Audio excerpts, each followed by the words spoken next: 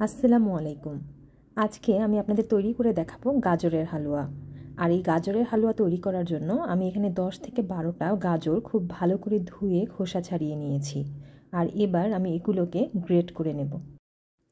এই পর্যায়ে চুলায় একটি কড়াই বসিয়ে আমি কড়াইটা গরম হলে এতে দিয়ে দিচ্ছি হাফ চা চামচ মতো ঘি। ঘিটা একটু গরম হয়ে আসলে আমি এখানে 10 থেকে 12টা মতো বাদাম নিয়েছি।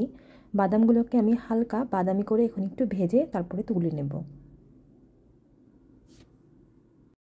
বাদামগুলো খুবই হালকা করে ভেজে নিয়েছি, আর খেয়াল রাখবেন যেন এগুলো পুড়ে না যায়। এই পর্যায়ে এই গরম ঘিতেই আমি দিয়ে দিচ্ছি কিছু গোটা গরম মশলা।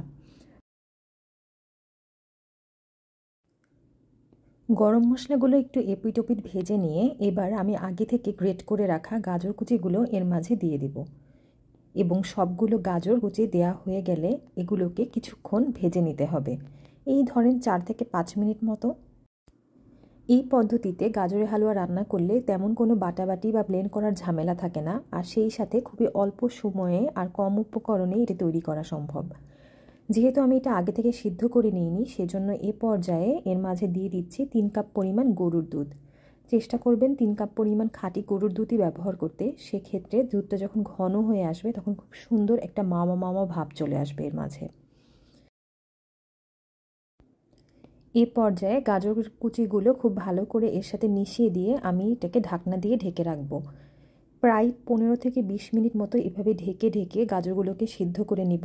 আর মাঝে মাঝে ঢাকনাটা তুলে একটু নেড়েও দিতে হবে এবং দেখতে হবে কোথাও যেন লেগে না যায়।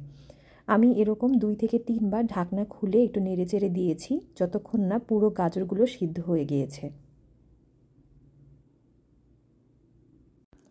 এই পর্যায়ে গাজরগুলো একদম সিদ্ধ হয়ে গেছে এবং এখনও কিছুটা দুধ এর মধ্যে দেখা যাচ্ছে।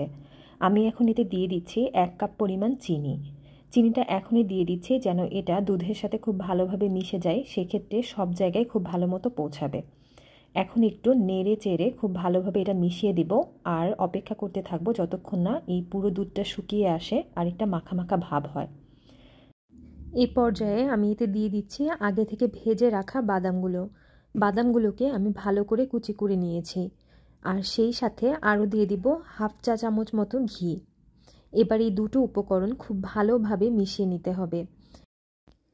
প্রায় 15 থেকে 20 মিনিট মতো চুলার আঁচ বাড়িয়ে দিয়ে আমি এভাবে হালুয়াটাকে অনবরত নাড়তে থাকবো যেন কোথাও লেগে না যায়, আর সেই সাথে যে এক্সট্রা পানিটা ছিল সেটা সম্পূর্ণ শুকিয়ে যায়। এভাবে নাড়তে নাড়তে যখন দেখবেন হালুয়াটা একদম প্যান থেকে উঠে আসছে আর একটু একটু ঘিও দেখা যাচ্ছে তলাতে, ঠিক তখনই বুঝতে হবে যে হালুয়াটা এখন নামানোর জন্য তৈরি। এখন আমি একটি সার্ভিং ডিশে হালুয়াটাকে সার্ভ করছি।